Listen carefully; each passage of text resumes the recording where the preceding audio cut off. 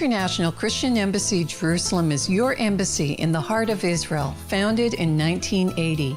From our headquarters in Jerusalem through our branches in over 80 nations and yours in Canada, we seek to challenge the church to take up its scriptural responsibility, to remind Israel of the promises made to her in the Bible, and to be a source of practical assistance to all the people in the land of Israel.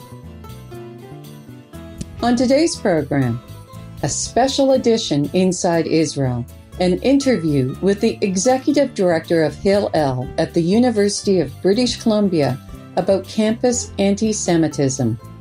Then, a visit to Yad Vashem. Most of the anti-Semitism that we find in North America is, if not started, centered in our universities today, across North America, in the most unbelievable way. And the way that this is manifest is primarily through something called BDS, the Boycott, Divestment, and Sanction of the State of Israel. Now, the BDS movement was started by, in part, an individual by the name of Omar Barghouti, who, after the Durban UN hate fest against Israel, saw that this was a great opportunity to see if we can get something onto campuses. And it had the surface of saying we're going to be boycotting either Israeli professors or Israeli products or whatever. We're going to be asking universities to divest from companies that either do business with Israel or are connected somehow with what happens in Israel. And we will sanction God knows what. So it became known as the BDS movement. Now the reality is that Barghouti is a very, very smart cookie. Mm-hmm. And if you read what he says, there's no intention whatsoever to be boycotting anything, and I'll get back to the boycotting. This is a movement whose sole purpose is the elimination of the state of Israel as a Jewish state. Elimination of Israel, but as a Jewish state. And it has this cover of saying we're going to be boycotting. Let me talk about the boycott, because we had a BDS motion and referendum come to UBC, not this year, but last year. It was brought forward by the Solidarity for Palestinian Human Rights group.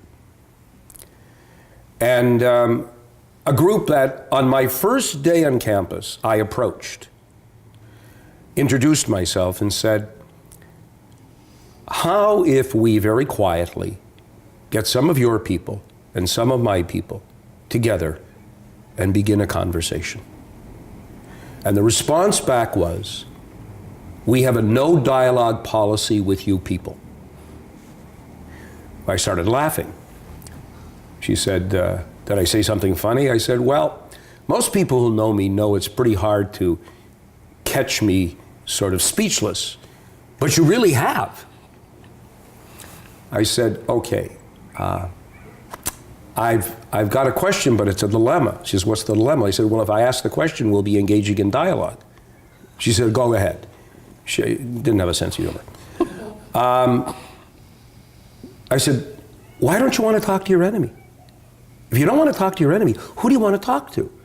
Is there no possibility of any type of resolution, or do you just want to be angry? I mean, we're here on a university. This is about dialogue. This is about discussion. And she said, I will give you an answer. If we talk to you, we will be condoning your murderous genocidal ways. That's the end. We're finished. And with that, she put her book up, and that was the end of the conversation. So that was day one of what they're tabling, all the various clubs, and you want to be a vegan, you want to be a Buddhist, you want to be a Jew, you want to be a Christian, all the various groups out there they were tabling. Second day, Jewish response, what do? I go back to the table, see if someone else is sitting there. Unfortunately, it was the same person. So, despite numerous attempts to have some type of dialogue with this group, nothing happened. Now they come out with what is to be a referendum about boycotting, divesting, sanction of Israel. Well, now they're tabling out, and I go up to the table again. This time, they can't really ignore me because it's a public venue. And we've asked, by the way, what are the products that you plan on boycotting? Because you're not listing them in the referendum, which quite honestly is simply not honest. You're asking students to what, sign a blank check? I can give you a whole list of products that you should boycott. I don't think you will, but anyway. So they wouldn't give it. So one day I see that they have 3 products that they're thinking they want the university to boycott. The first one is Caterpillar, machinery. And I said to the young lady, you know there's a new student union building that's being built right behind here. Yes. Well, I actually know that a number of the machinery that we used in the excavation was Caterpillars. So are you going to therefore be telling the AMS, the Alma Mater Society, the student union, that they cannot move into their new building? Well, she didn't answer. I said, let's go on to the second product. Motorola Solutions. I'm assuming that you're wanting to boycott Motorola Solutions because the IDF, the Israel Defense Force, use some type of computerware with it? Yes.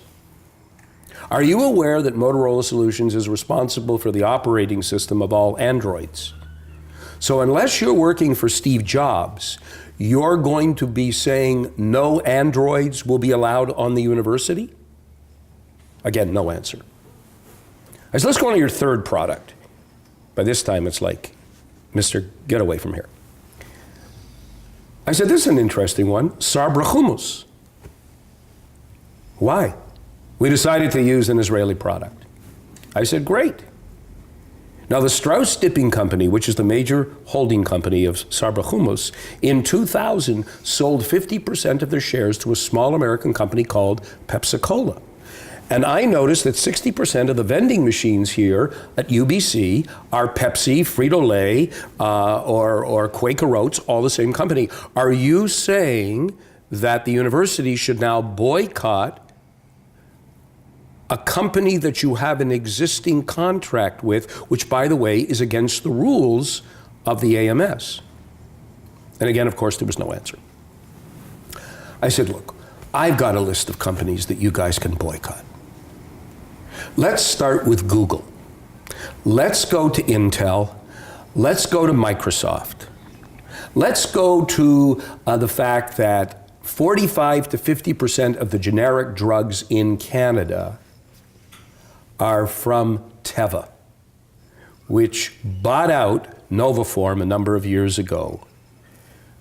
Okay, tell the people, put down your laptops, put down your cell phones, because you can't use them anymore, because the R&D, the research and development, a great deal of it is taking place in Israel. If you want to boycott something, let's go after, boycott. Of course, there's no interest in that. But what happens, and it's amazing that on a university where you think there's going to be thought process, where you think there's going to be some critical thinking, that this doesn't sort of come up. Now, let me make it very, very clear to everyone. We at Hillel have a bottom line when it comes to Israel. And it's a very simple bottom line. Israel has the right to exist as a Jewish state in safe and secure borders. Beyond that, you want to take Bibi to task? Stand in line. You want to criticize the government? You want to criticize the army? You want to whatever you want to criticize, go ahead. As long as we understand that we're not talking about the elimination of the entire state of Israel. So here's my next question. In your new state, is there any room for Jews? Now, she knew that I knew that she knew that this was going to go. What was the nuanced statement she was going to make? And her answer was, perhaps. Which clearly meant no. No. So this is a nefarious movement whose goal it is to make Jewish students on campus feel tremendously vulnerable, and is succeeding. Do you find that the role of Hillel has changed since its beginning to one of perhaps more activism? Our purpose, and it was an important question that you asked, have we changed over the years? You know, we've been at UBC since 1947. We're in a new building since the last 4 years or so, but we've had a presence there. And when Hillel's first started onto campuses, you have to understand that many, many universities, and most in Canada, had a quota system as to how many Jews they would allow onto their campus. My father, of blessed memory, did not get to go to the University of Toronto and get into medicine because of a quota system. These quota systems existed in McGill and in Western and in UBC and right across. When, after the war, things started to open up, there was a feeling that, gee, the Jewish kids probably should have something on campus that they can call home. Not that they're going to spend all of their time, but if they're feeling vulnerable. That was how it began. Isn't it interesting? So some 70 or so years ago, it began as a place of sort of a safe haven. And over time, where there was more and more acceptance and doors opened up, and now Jews were not part of a quota system in medicine or law, which they were right across the country, or dentistry. And now we started to see Jewish professors, and then we started to see Jewish heads of departments and even presidents and so on. Things changed dramatically. And so the Hillels became more social. When there was a time that we were trying to get the Jews out of the former Soviet Union, there was a sense of activism there. When we were trying to get the Jews out of Ethiopia, there was an activism there, and so on. But by and large, what we're dealing with now, and we have a multiplicity of activities that are going on, cultural, educational, religious, and so on. One of the main things that we're there for, to act as an advocate, if and when we need to, in addition to everything else. Because you see, what BDS does, and people don't necessarily understand this, if you're not on the campus, you wouldn't understand this, is that it opens the door for professors who already have a bias against Israel. And I'm not saying every professor out there has a bias against Israel, but there are significant numbers.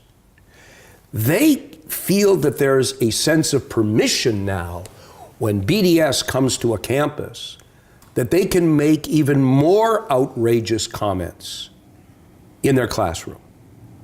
So I have to put out a statement every year to the students, and we're on 7 different campuses, that if you come across something in your classroom or with your TA, okay, in a tutorial or whatever, let us know.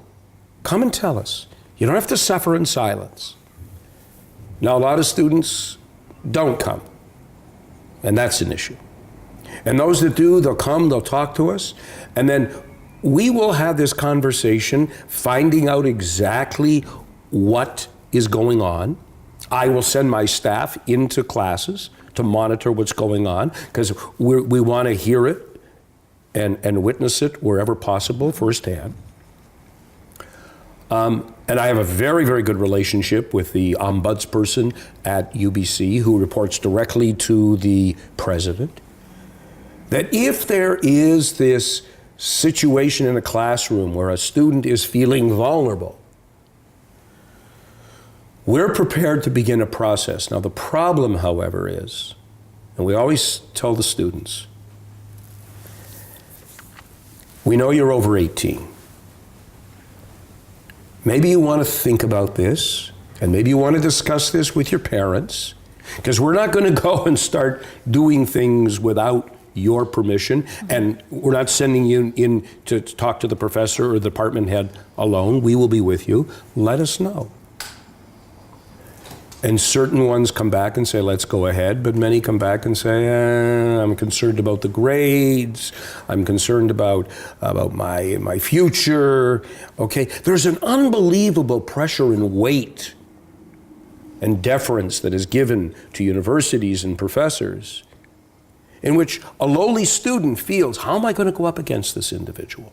You see, I'm going to stop you for a minute, because that is a debate I've heard on the McMaster campus between non-Jews, actually, who are supporting the Jewish students, where one side says the Jewish students need to be doing more, because during Israel Apartheid Week, the boycotts and divestment votes, it's causing a problem, an increased problem with anti-Semitism on campus. And some are saying, well, the Jewish students need to rise to this occasion. But others are saying, no, these students are there to learn and to study and to advance like everybody else. Why do they need to be in this role to begin with? They need advocacy. Okay. I'd like to know where you stand on that. Okay.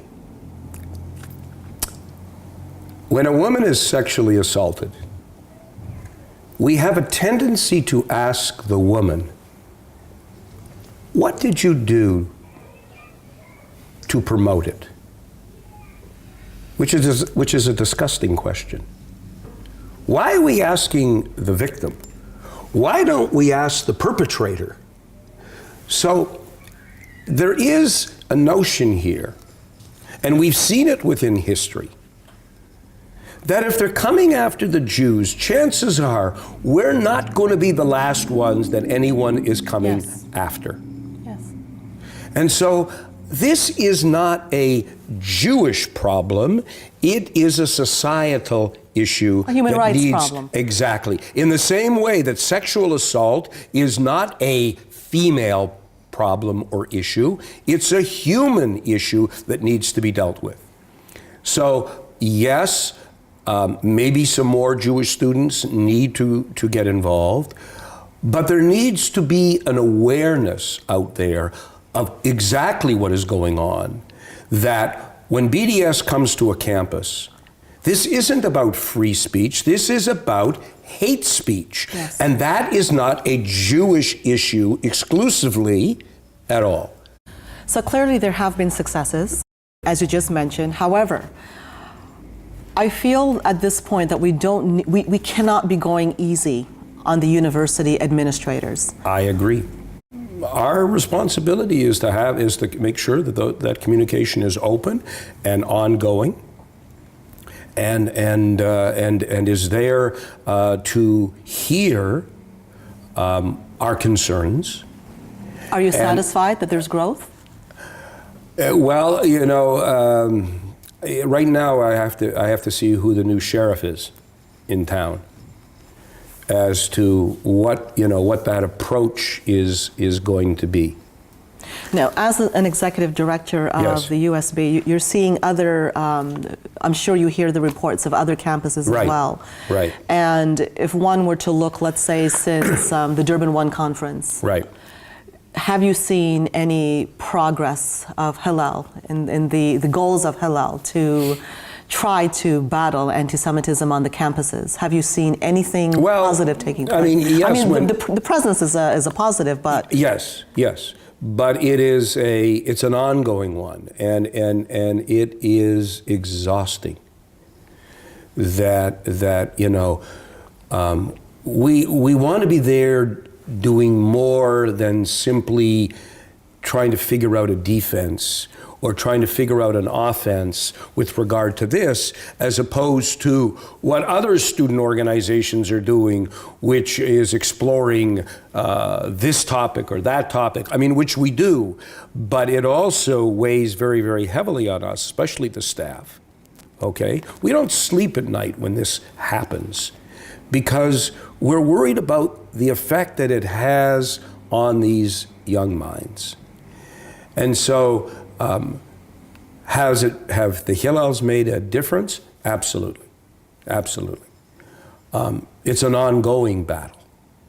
And I mentioned before the interview started, about 8 weeks ago, Hillel directors started reporting in emails that they're receiving this horrible facts of swastikas and anti-Semitic rhetoric that is now being sent to university administration offices. And every week, another 3 or 4 executive directors saying it's landed at our university, it's landed at our university. And about 3 weeks ago, it landed at McGill, and 2 weeks ago, it landed at SFU. And I showed you the picture, it's swastikas, it's basically calling for... It's disgraceful, but the bigger question is what's being done? Well, I can only tell you that this has been turned over to the RCMP, because this is now in the area of hate literature. Hate speech, yes. There is no nuance that this is anti-Israel. Very clearly, if you're tired of the immigration policies of Jews, it's time to get rid of the Jews. Okay, there it is, 2016. We believe that this is originating somewhere in Europe. What's going to happen? I don't know. I mean, we wait for reports as to what the police can tell us. But this is now happening across North America. What can Zionists overall do? I mean, Hillel is a Jewish organization, right? But there is a growing presence of Christian Zionists on campuses as well. Right. Is there room for the Christian Zionists to be working with Hillel? Absolutely. And we received support from certain evangelical groups on campus. So that when such a motion or a resolution, a referendum comes, to absolutely join it. But I think that Christian Zionists who have been tremendously important and helpful and supportive need to be in contact with their members of parliament, need to be in contact with the heads of the parties. I tip my hat to the conservative resolution that was supported by the majority of the Liberals, was not supported by the NDP, of an anti-BDS motion. We want to now see if there are any teeth in that, but that remains to be seen. But those are important steps. They are significant steps. And when these things happen and there's no response, the other side sees that in itself as a victory. The other side sees even bringing it onto the campus and allowing a toxicity on the campus to exist. And fester. As a victory. This is not what university is supposed to be about. And we wouldn't accept this if this type of bigotry was directed towards Aboriginals, towards women, towards individuals of color. Why are we the canary in the mine? And that's the question that I ask the administration time and again, and am not getting answers, but will continue to pursue and continue to question. Rabbi, I'm going to close on that note, that big question of why. And I think a great guide you gave us is to take responsibility, because this is a human rights issue. I want to wish you all the best in your work with Hillel. Thank you. And thank you so much for sharing that information and the encouragement to get on board to do our responsibility as citizens. My pleasure. Thank you. Thank you very much for joining me. Pray for the peace of Jerusalem. May they be secure who love you. Susanna and I are in front of the Corrie ten Boom tree. Susanna, would you explain about Corrie ten Boom? Yes, so Yad Vashem recognizes the righteous among the nations, the non-Jews who tried to rescue someone at the World War II at the time of the Holocaust. And Corrie ten Boom, as well as her father Kasper and her sister Betsy, are recognized by Yad Vashem as righteous among the nations. Now, Corrie ten Boom was actually born on the 15th of April, the very same day when she passed away in 1983. And the tree that we have for her is a carob tree. Carob trees you plant for the next generation. So Her tree died when she died in 1983, and we actually had to plant a new tree for her. So her tree is very small. It's going to grow for the next generation. I think her contribution is huge because so many Christians around the world, they know the Holocaust primarily from the story of Corrie ten Boom. And that's why it's wonderful for people when they come to visit Yad Vashem, not just to go through the museum very quickly, but actually if they contact us, the Christian Friends of Yad Vashem office, we'll be happy to take them to see these trees and to tell them these stories that you don't know unless you hear them from someone. And I just would like to say one more thing about her dying on the same date that she was born, on April 15th. In Judaism, there's a belief that only a very righteous person will pass away the same day they were born. And I think it's really remarkable that that happened to Corrie ten Boom. You know, she was one very remarkable woman. Yes. We're glad to remember her here at Yad Vashem. Mm-hmm. Yeah. Thank you, Susanna. We conclude our program today with some sights and sounds within Israel.